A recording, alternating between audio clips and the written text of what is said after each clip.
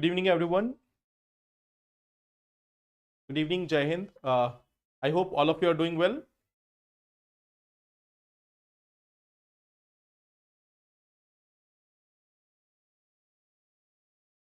Good evening, Shiv Shankar. Good evening, Amit. Good evening, Disha. Good evening, Shaheen and Ritu. So I hope all of you are doing well. Now, in the last session, we have discussed about this Panchayat Raj. We have discussed about this one topic of Panchayati Raj. We have also seen about the devolution index. Now, before this devolution index, we have even talked about some other topics also with respect to we have seen some other topics also in the last session. Now, in today's session, the topics which we are going to talk about, one thing is we have finally this one appointment of Chief Election Commissioner.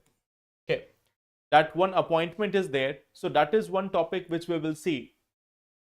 Then we will talk about this deposit insurance. We will also talk about this East reactor of China and as well as cyber attack. Okay, so these are the four topics which we are going to see. Okay, these four topics we are going to discuss in today's session.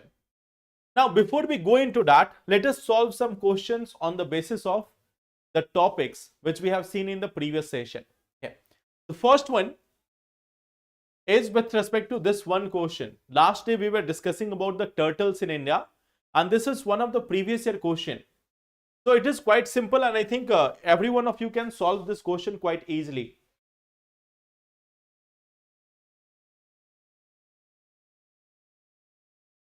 So can you tell me which of them is the national aquatic animal of India? Saltwater crocodile, olive ridley turtles, Gangetic dolphin, or gharial?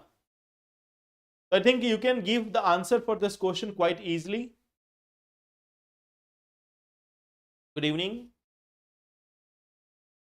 Ashish, I think both of the colleges are good, but you will have to ask someone who has been there recently. Okay.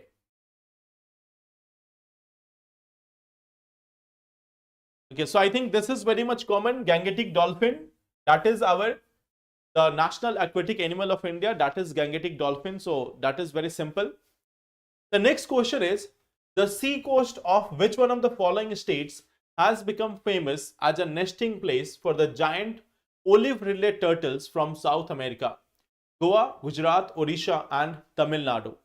So this is also one question with respect to turtles, that which of the following states has become one of the main nesting sites of the olive ridley turtles? So which one of the state is there?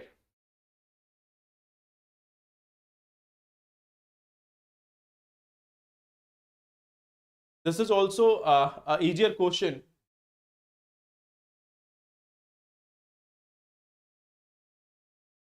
Yes, of course. The answer here is, again in this question, I think all of you can answer this quite easily. That is Odisha. Okay. So Odisha is the one state which is the famous for the olive ridley turtles from South America. So here again, the answer will be option number C. Now, there is one more thing. So this is about Panchayati Raj. Last day we have seen this topic also about Panchayati Raj system. Now I want you to look carefully at this question. This question is quite easy, but then you have to focus on the core demand. Question is asking, the fundamental object of the Panchayati Raj system is to ensure which among the following: people's participation in development, political accountability, democratic decentralization, and financial mobilization. So there are four things which are given here. You have to identify which of them are the fundamental objective of the Panchayati Raj system. This is question number 3.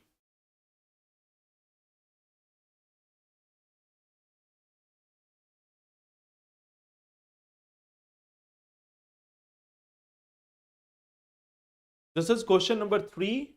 Look at the question carefully.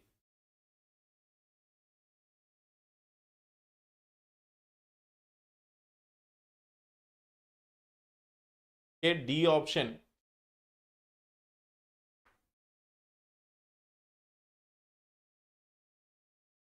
Okay, 1 also, 1, 2 and 3. Okay.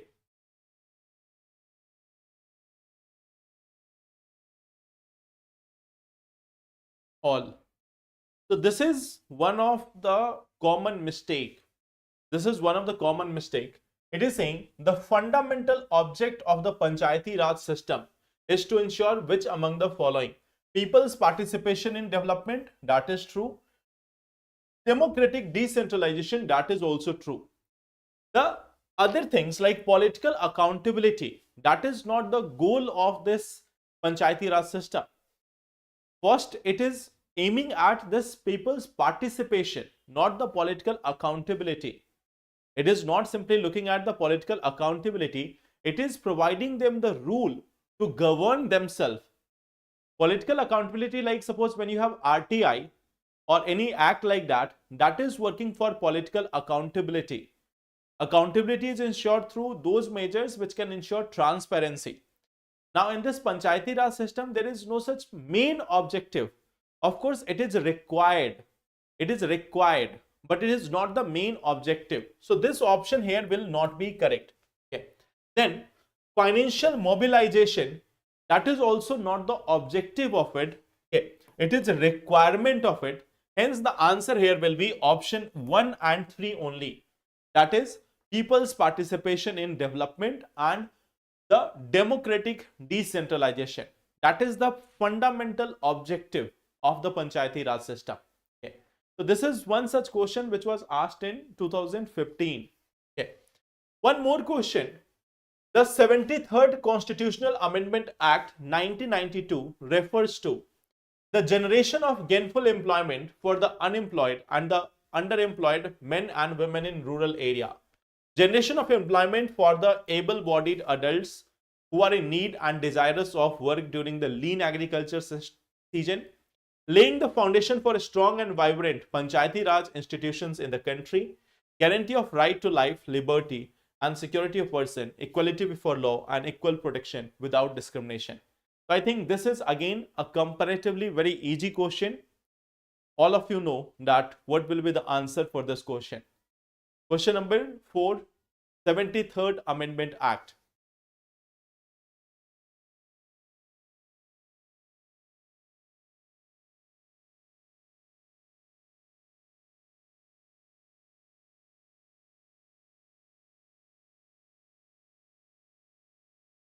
Yes. So I think in this question also, all of you can give the answer quite easily. That is option number C, laying the foundation for strong and vibrant Panchayati Raj institutions in the country. Okay. So that is the correct answer here. Now, coming to today's question, the first topic which we have to see here is Gyanesh Kumar. He has been named as Chief Election Commissioner. Okay. So now we all have seen this topic in the past also. You all have seen that there were 3 phases before Anup Baranwal and after Anup Baranwal. So right now, what is the process of amendment and what are the issues with respect to that? So we are going to talk about that. Okay. So first thing is, what is the process of amendment? Sorry, process of appointment. Right now, if we look at this, the process of appointment, it is done via a committee. Okay. It is done via a committee, and that committee is consisting of leader of opposition, the prime minister, and third is cabinet minister. So now again, like just this time, when Gyanesh Kumar has been appointed as the Chief Election Commissioner, the leader of opposition has given a he has not supported this idea of appointment. Not because he doesn't consider the person to be of high integrity. He has said that right now this case is pending in the Supreme Court, whether this committee should actually recommend or not. Okay. So the leader of opposition has said that we should be waiting for that judgment, and then after we can follow this procedure. Okay. So that was one observation from leader of opposition as a decent note. Okay. Now, So on the basis of this committee recommendation, there is appointment of the Chief Election Commission and other commissioners. Okay. So what is the issue with it? Can you tell me what is the issue with it? What is the issue with this appointment process? If we talk about this appointment process, what is the issue with it?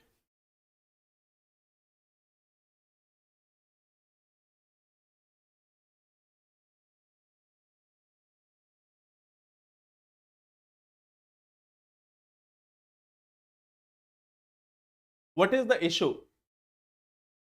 It is not about the person. The issue here is not about the person. Gyanesh Kumar is very able person. He can be appointed as Chief Election Commissioner. The challenge here is not about the person involved. The challenge here is about the process involved. Okay. The person may be of very high integrity. The person may be very good. Okay. So here what we see that this appointment process is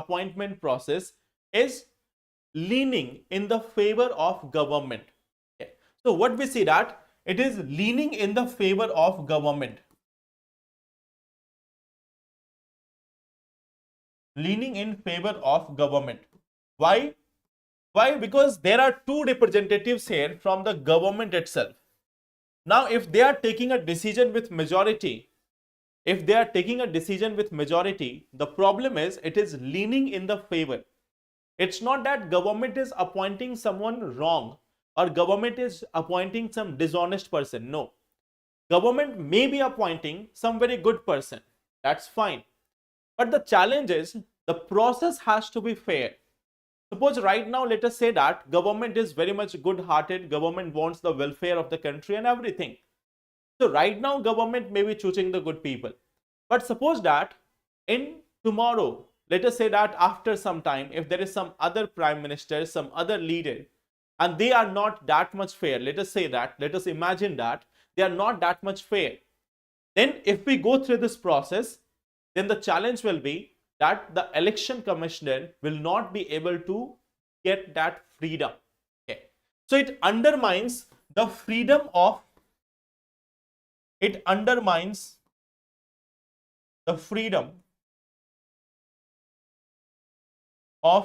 Election Commission of India. Election Commission of India is responsible for free and fair election, and for that Election Commission of India has to be an independent body. The same thing was highlighted by the Supreme Court in Anup Varanwal case. Okay. So it also violates the principles mentioned in Anup Varanwal case.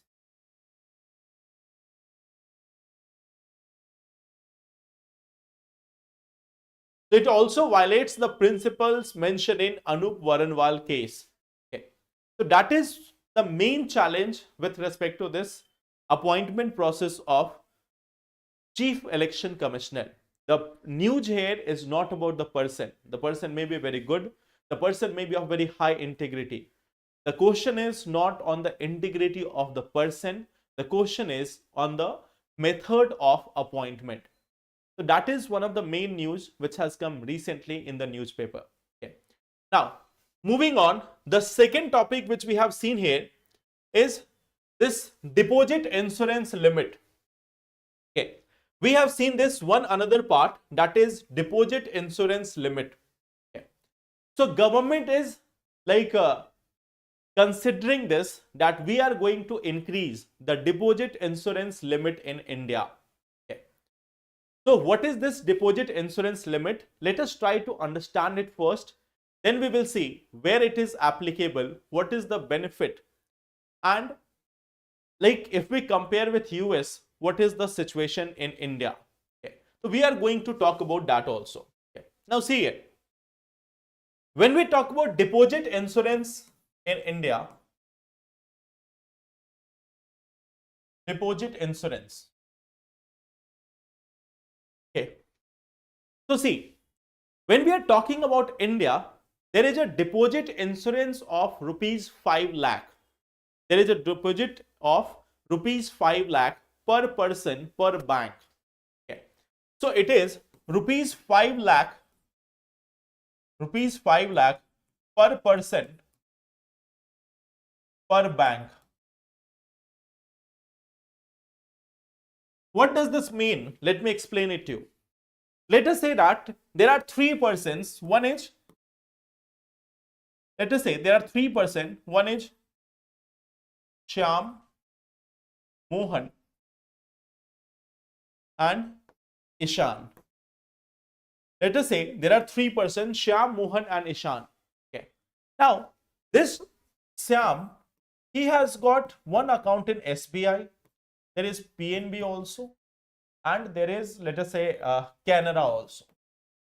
Okay. So let us see that when we are talking about these three people, let us take this as an example. Okay. That Shyam has got 3 lakh rupees in one of the account, okay, in terms of saving account, and 3 lakh rupees as fixed deposit. 3 lakh as saving account, 3 lakh as fixed deposit. Okay. Whereas this Mohan, he has got 4 lakh 75,000 as saving account. Okay. And this Ishan, he has got 3 lakh here, 1 lakh here, and 1 lakh in this account. So right now, let us suppose that if all these three banks collapse, let us imagine just a hypothetical situation, okay, that if these three banks collapse, then how much money they are going to get? If we talk about this person, Shyam has submitted in total 6 lakh rupees in the bank account, 3 in terms of saving, 3 in terms of fixed deposit. So how much money he is going to get back in case of complete bankruptcy of SBI? He will get rupees 5 lakh. He is getting rupees 5 lakh. He has submitted 6 lakh rupees in SBI, but he will get 5 lakhs only. Now suppose that when we talk about Mohan has like given 4 lakh 75,000. So he will get 4 lakh 75,000. Okay. And if we talk about Ishan, suppose all these three banks have collapsed. In that situation, if we talk about Ishan is going to get 3 plus 1 plus 1 is equal to 5. So he will receive his entire sum of 5 lakh rupees. Let us say here it is 3 plus 4 plus 4. 3 plus 4 plus 4. Okay. That is 3 lakh plus 4 lakh, 7 lakh plus 11 lakh. So in that, he will receive 3 plus 4 plus 4, that is in total rupees 11 lakh. Okay. So Ishan will be getting 11 lakh rupees even if all these three banks will fail. But suppose if Shyam is here, he has deposited 13 lakh as saving account and 3 lakh as FD. That is in total he has got 16 lakh. Let us say now it is 13 lakh.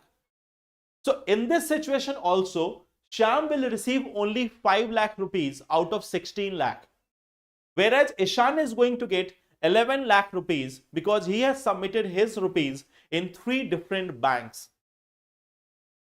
So there is a deposit insurance, and that deposit insurance is rupees 5 lakh per person per bank. Okay. So in one bank, if you have your money, maximum rupees 5 lakh is insured for you. No matter if you have saved 4 lakh 75, you will get 4 lakh 75. But if you have saved 20 lakhs also in that bank, if the bank fails, you will get only rupees 5 lakh. So that is one of the deposit insurance which is provided in India. It is provided in India, rupees 5 lakh. Now government is saying that we are going to change this. Okay. We are going to change this. There is a Deposit Insurance and Credit Guarantee Protection Act. Okay. Corporation Act of 1961. So under that, this limit has been revised up to 5 lakh per person per bank. Okay. And this too has been recently increased. This too has been increased recently, like after this failure of some of the cooperative banks. Okay. In 2020, there was failure of some of the cooperative banks. So after that, earlier it was rupees 1 lakh only, but now it has been increased up to rupees 5 lakh. And government is saying that now we are going to increase it further higher. Okay. So this is one thing, deposit insurance of the banks in India. Now, can you tell me in which banks it will be applicable? Commercial bank. A option is commercial bank, scheduled commercial bank. B option, rural banks. And C option, cooperative banks. D option, all. So if there are 4 banks, commercial bank, rural banks, cooperative banks, and D, all. So in this situation, deposit insurance scheme will be applicable in which of them in India?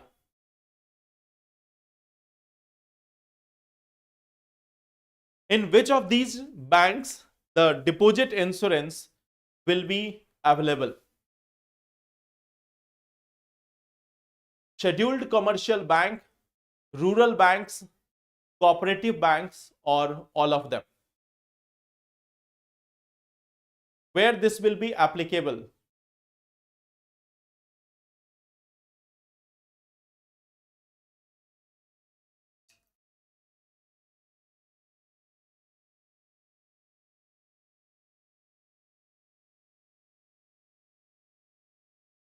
D option.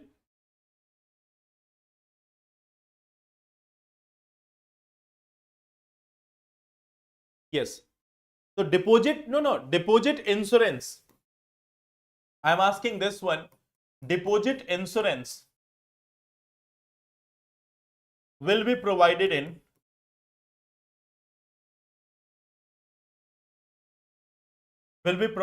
option A, scheduled commercial bank, option B, rural banks, option C is cooperative banks, and D is none. So deposit insurance will be available in which of them? Deposit insurance will be available in which of them? Yes. So remember one thing, it is available to all of them. This deposit insurance is available to all of them. Okay. Now tell me one thing, who will be providing this deposit insurance? There is another question, who will provide?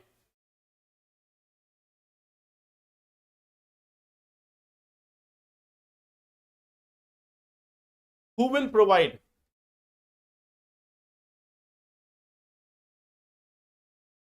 This insurance will be provided by whom? Which institution is going to provide them?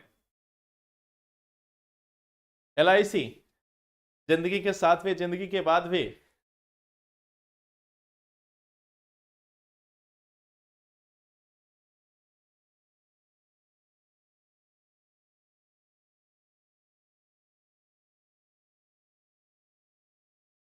Yes, it will be provided by deposit insurance.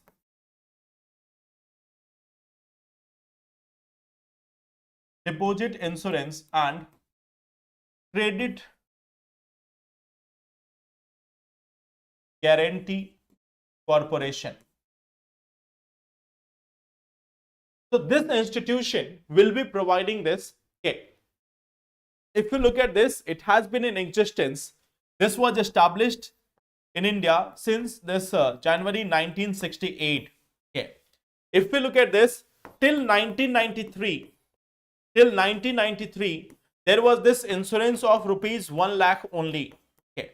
This was the sum from 1993 to 2020. Sorry, from 1993 to 2020, it was rupees 1 lakh.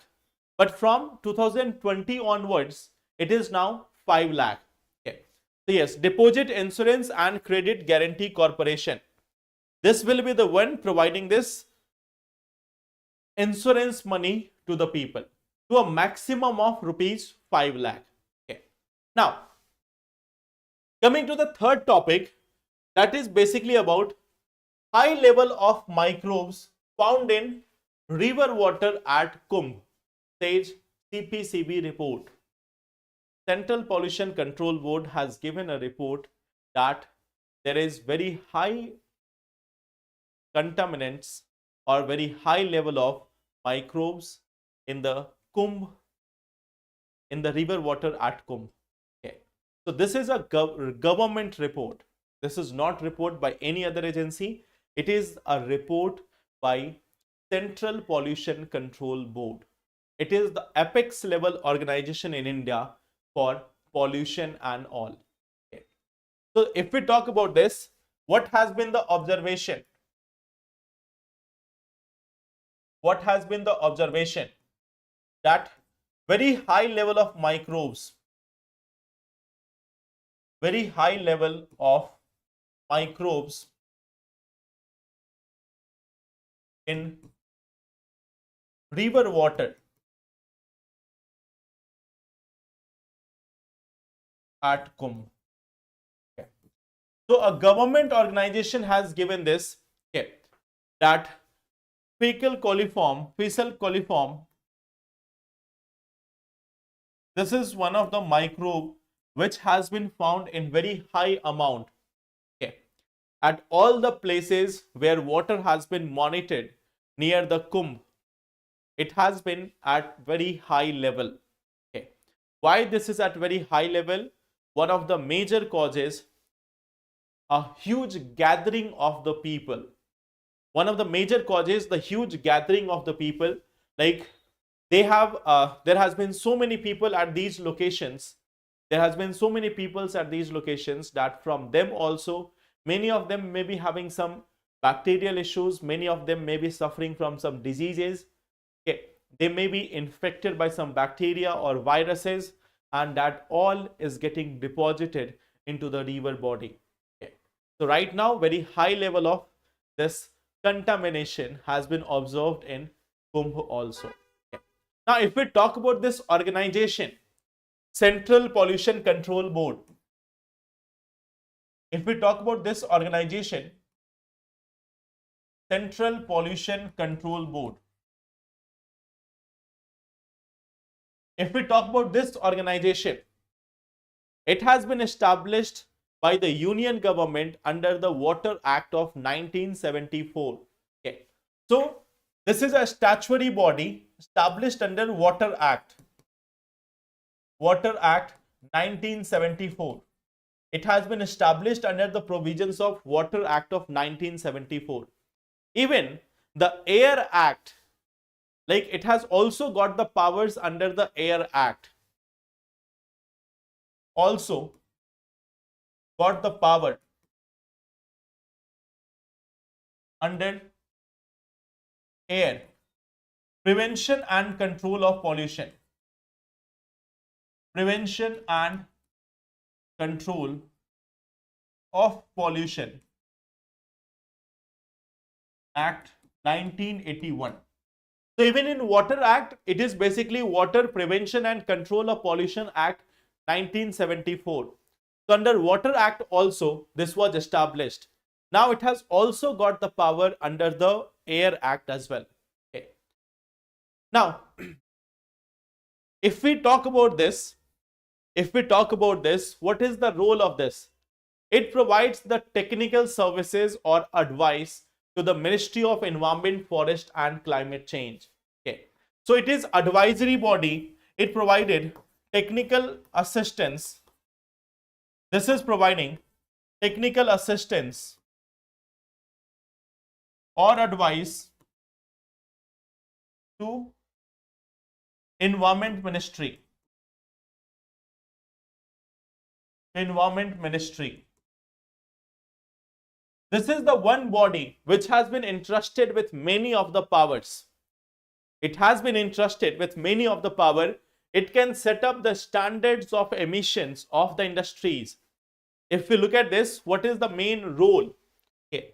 If we talk about the role of this body, it can set the standards of emissions of industries. Okay.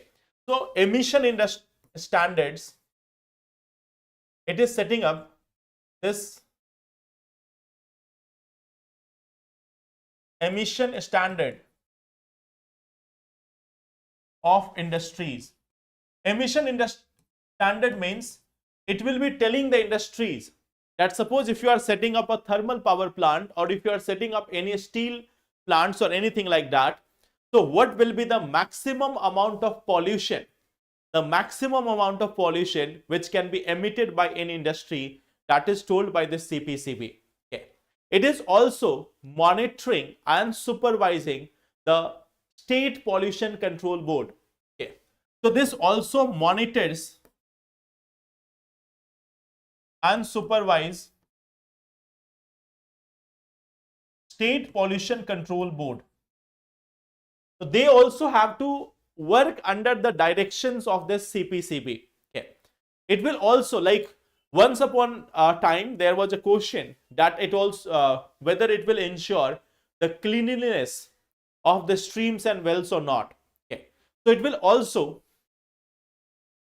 promote cleanliness of streams and wells. Okay. So it will also promote this cleanliness of streams and wells. Okay. At the same time, it will also work for improving the quality of air. Okay. It will also work for improving the quality of air. That is the role of this Central Pollution Control Board. Okay. So it has been given this mandate. It has the power to conduct investigation in any of the industry. Like suppose that if there is any industry and it is polluting any river or if it is polluting the air, so Central Pollution Control Board can go there. It can have a investigation at that place, and then if it finds that the industry is not following the norms, it is not following the procedure, that industry can even be shut down by the orders of this Central Pollution Control Board. So it is even a powerful organization in that sense. It even monitors, supervises all these other smaller institutions. Okay. So that is the role of this Central Pollution Control Board, and what it has said that at Kumbh, the water is polluted. That is one challenging aspect. It has said this. Now,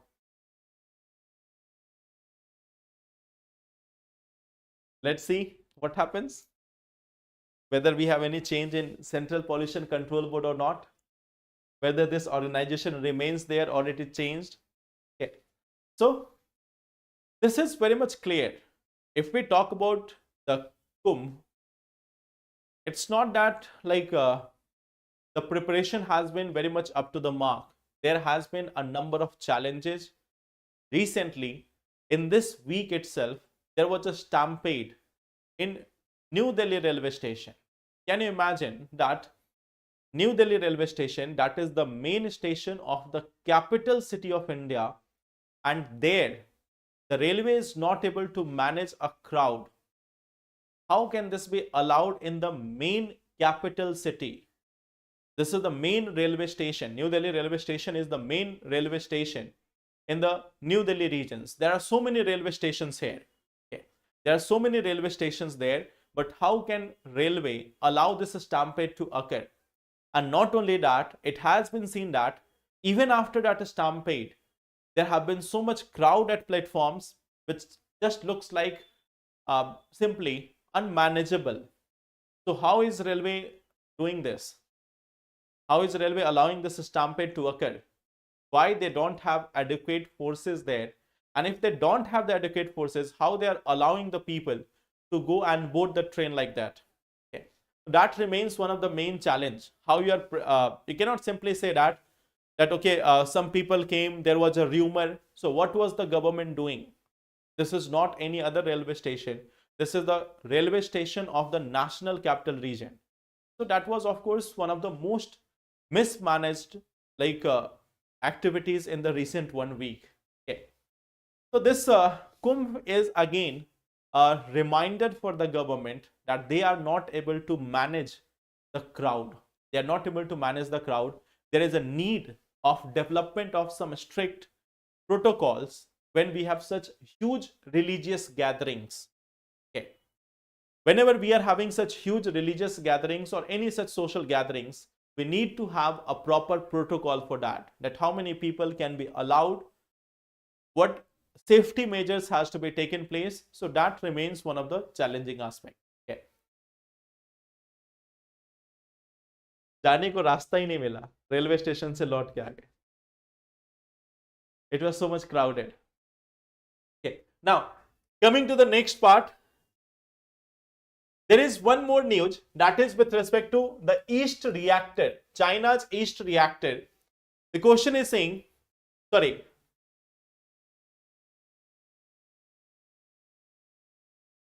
there is one thing, there is one reactor which is based in China. This East reactor is called as Experimental Advanced Superconducting Tokamak. Okay. Experimental Advanced Superconducting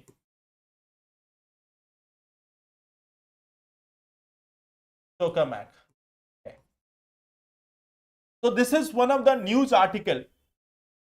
It is also called simply as artificial sun. In simple language, we also call this as artificial sun. Okay. So what is the main theme here? The theme here is to obtain such energy in a sustainable manner, in an efficient manner using nuclear fusion. Okay. So here it is about energy generation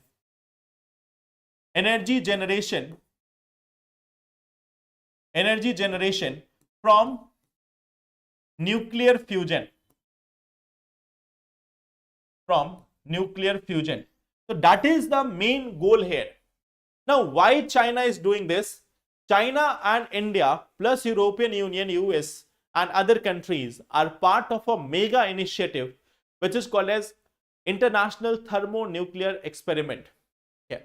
International Thermonuclear Experiment. So that is one thing. ITER, okay, International Thermonuclear Experimental Reactor. That is one of the mega missions in which India is also part, China is also part, US is also part, European Union is also part. Okay. So in this ITER initiative, China is doing one part on itself, that is the East experiment. Okay. So China is trying to build an artificial sun. It is not that China will have the exclusive control over it. It is part of the larger mission, that is ITER. Okay. India is also a part of that initiative. So here what is the main concept? That using this nuclear fusion. What is nuclear fusion? When two small nuclei, let us say that if we talk about hydrogen is the smallest nuclei. So when hydrogen will fuse together, when two hydrogens will fuse together, it may create a helium. It may create helium. So this reaction, this fusion, nuclear fusion, produces enormous amount of energy. This is the reaction which is also the source of power of our stars. Stars like sun. So sun is also having nuclear fusion. Now on Earth also, we are trying to conduct nuclear fusion because it will provide us enormous amount of energy. So that is the same thing which is done under this East experiment of China. Okay. Now, what are certain challenges?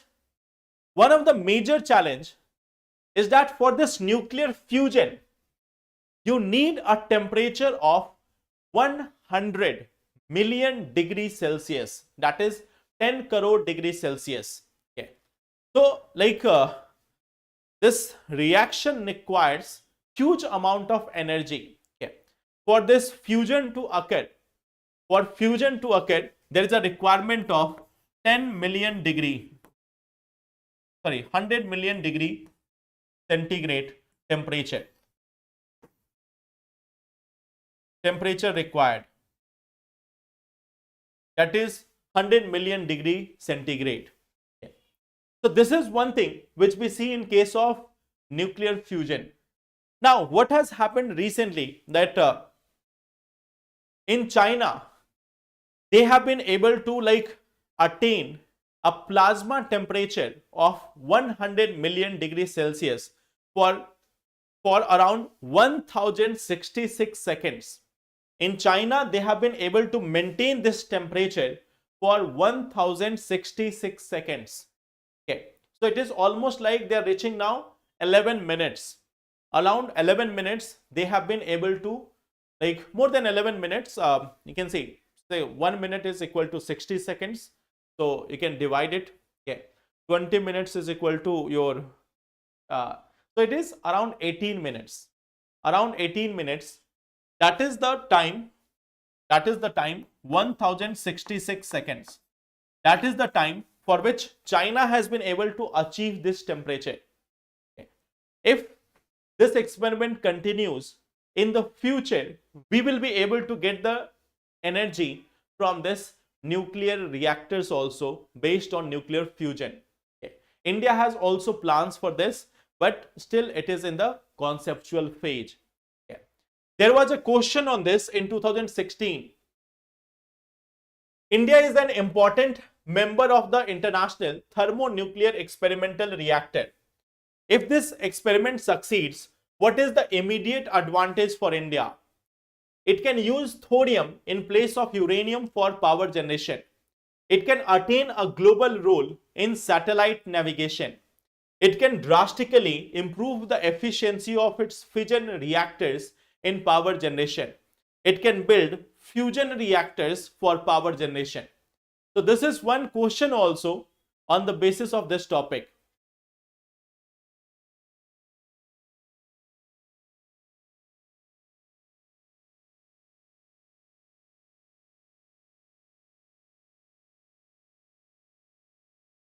So tell me, this yeast reactor, I think now we can answer this question quite easily.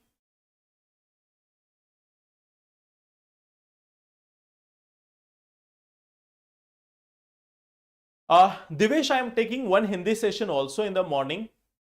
Like this current affairs session is there in the English, but we are having one Hindi session daily, not daily, at least 3 days in a week, in the morning at 8 a.m. So Hindi sessions are also there, but for different topic.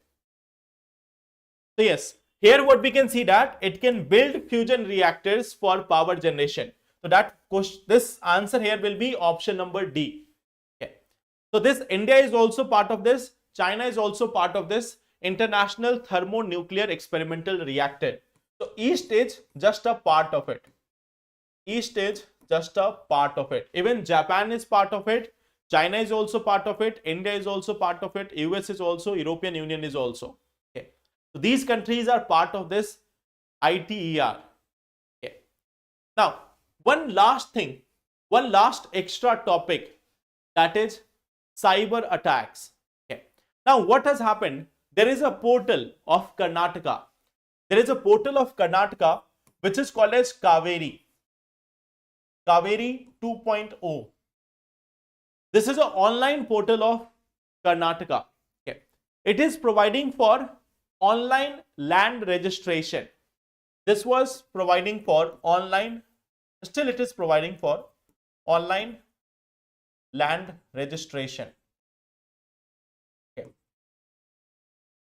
Now recently what has happened that, like in January, in the month of January, this website, this portal was not accessible to many people. Okay.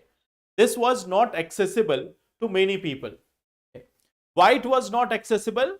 It was due to a cyber attack which is called as DDoS, Distributed Denial of Service. Okay. There was a cyber attack here. Okay. It became inaccessible. This became inaccessible to many users. It has become inaccessible to many users. Why? Due to DDoS, distributed denial of service. Distributed denial of service. Okay. So there are certain terms which we have to understand from here, that what are the different modes of cyber attack. What are the different modes of cyber attacks? Let us try to talk about them a little bit. Okay. Let us start with this only. There is one thing called as denial of service. Denial of service. And there is another thing, distributed denial of service. Distributed denial of service. So let us try to understand this. What is this denial of service and what is this distributed denial of service? Let us say that we have any such website. Let us say that our favorite one, UPSC. Okay. Let us say that UPSC website is there. Okay. Now, what will denial of service means? Denial of service will mean that suppose anyone is going to fill the application form. No, sorry, not this person. Like suppose that there is any person. This person is going to fill the application form. It is trying to go to this UPSC portal for filling the application form. Now, while he is trying to access this website, even if there is no rush from other candidates, he is not able to access this website. He is not able to access this website. Whenever he is trying to go there, it is either not opening or it is not accessible. So why this is happening? This is happening because of too much traffic. Too much fake traffic. You can say that too much fake traffic. Means, although even not many people are accessing the website, there is a bot system. There is a bot system which is just trying to show that there is huge amount of traffic on this website. So this person who actually wants to fill the application form is not able to access this website because the website seems too much engaged. So why this is happening? Some of the people may be doing this DOS or DDoS, means denial of service attack, or DDoS on UPSC website. Okay. So how this is done? When there is one such network or one such source, when there is a single source,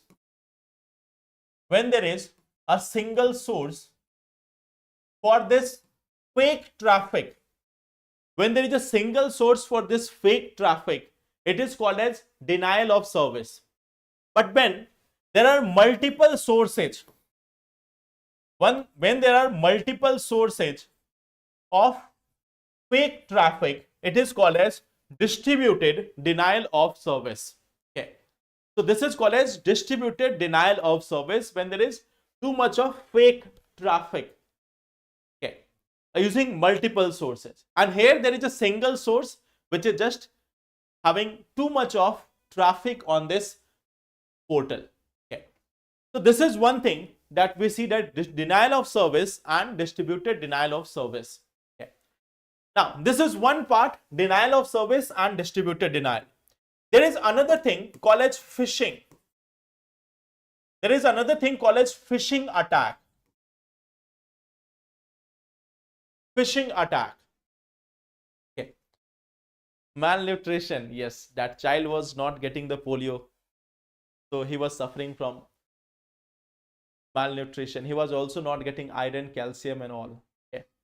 Now, phishing attack. If we talk about this, that what is phishing attack? Okay. It is basically one of the way to obtain the sensitive information. Okay. Either through emails or messages. Okay. Like sometimes you are getting a SMS. Okay. Let us say that you have got a SMS. Click on this link. Click on this link for Audi car at rupees 10,000. Okay. That you are getting a SMS or an email like this, that click on this link for getting a Audi car at just rupees 10,000. Okay. You are the lucky one, you are the chosen one. We have specially chosen you directly from the NASA website. So you are the chosen one. Click on this link to get your Audi car at just rupees 10,000. Now many people will ignore it, but some will think that okay, let's try. What will go? We will not send any money. Some people think that we will not give any money. If they give us the car, it's fine. If not, then also it's fine. Okay.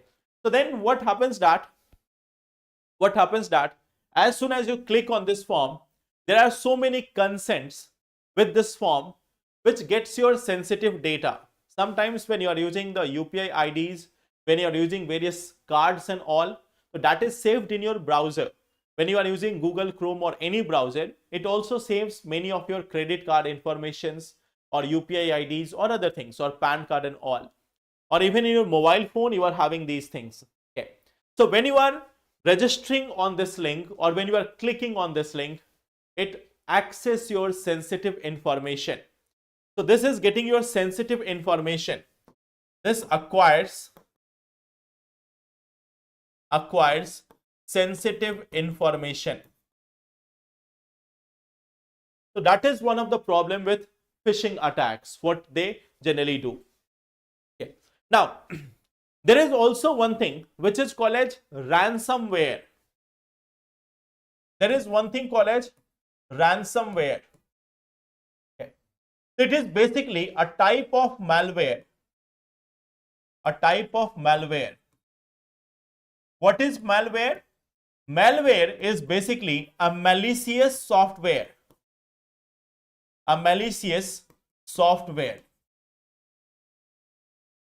It is basically a malicious software or a type of a malware. Okay. Ransomware is a type of malware. Malware means a type of malicious software. Means was software which has been created with malicious intention. Means to cheat someone, to fraud someone, that is called as malicious. Okay. So it has been created with a malicious intent, so that is called as malware. Okay. Now a special type of malware is ransomware. In the ransomware, what happens that a software gets installed on phone or PC. On your phone or your PC, a software gets installed, and as soon as that software is installed, now you will not have the access to your computer. You will lose that access. Your password will not work. Your suppose that if you are having any such important work in your laptop, you will not be able to access it. Of course, for students or for many of the youngsters, it may not be that much important because most of your content is like, okay, Spider-Man series 1 to 4, Avengers series 1 to 4. So if that is your content, then you don't have to worry. But suppose that if the same content is of any such government officer, any such businesses and all, so that becomes a challenge for them. Or even if you are saving some sensitive files or sensitive information in your device, so it becomes a problem for you. Okay. So normally if ransomware is there, you will not be able to access your device. Okay. Then they generally ask you for a ransom. They ask for your ransom that okay, give us 10,000 rupees or 10 crore rupees, then we will give you access to your computer. Otherwise, your computer will be crashed, all your hard drives and everything will be gone. Okay. So that is one thing. Ransomware, it denies the access. It denies the access to device. So that is what we call as ransomware. It is a type of malware, a malicious software which we see. Okay. So that is ransomware also. Then we have seen malware like any viruses, worms, trojans, etc. So that is malware. Okay. So these are some of the common things which we see right now. Many a times there are different names of them also. Like sometimes it is called as trojans, viruses, worms, etc. So malware is basically a malicious software which is created with a malicious intention. A special type of malware is ransomware. Ransom means it is asking you for some money, ransom. Okay.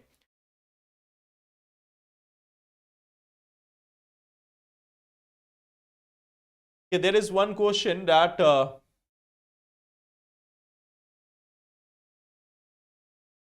एक doubt है, there is so much pollution caused by microplastics and cigarettes that harm our environment and human life. Then why doesn't the government shut down these companies? See, there is multiple things. First part is like when we are talking about alcohol or cigarettes, there are two aspects of it. One aspect is they are bringing in revenue. One of the key aspects is they are bringing in revenue. But there is another aspect. That another aspect is basically freedom of choice. The state is not super powerful. The state has been given some powers by the people. The state is not the controller of the people. State works according to the people. So if there is too much restriction on the people will lose the faith in the state. Okay. So when government tries to intervene too much in the people's life on very basic things or some freedom of choice, then what may happen that it can cause some negative repercussions also. Plus, what we have seen that in some of the states there has been a ban on liquor, including Bihar and other places. So what we have seen that it has given rise to a black economy. It has given rise to a black economy, a black market. There are certain goods, there are certain things which you cannot stop. If you stop it, there will be an illegal market which will operate for it. The illegal market is much more dangerous. So it's better to regulate this than to completely stop it. The government can regulate this. Government can change the regulations for this, that how much nicotine, how much other things you can use in cigarette. But if government goes for too much strict regulation, there will be a parallel black market which will operate, and that will be much more dangerous economically also, health wise also. So I hope that is clear that why this is important. One part is of course revenue, okay, but other part is if you block it, there will be illegal markets. It has been seen in many things. If you block these things, there will be illegal markets, as in case of liquor. In case of alcohol, we have seen black markets are already there.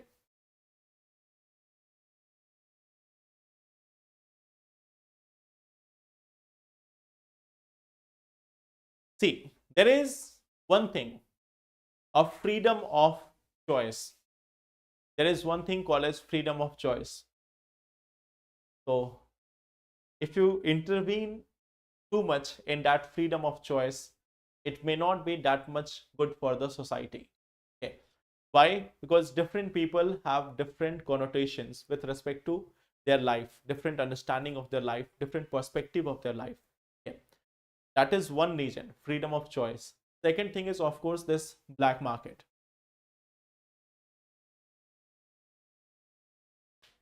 Yes, of course, there are so many things which could have been banned. Of course, cigarettes could have been banned, alcohol could have been banned, many such illegal things could have been banned, but that happens in an ideal condition. The challenge is we are not living in ideal times. So in ideal times, yes, all these things can be done.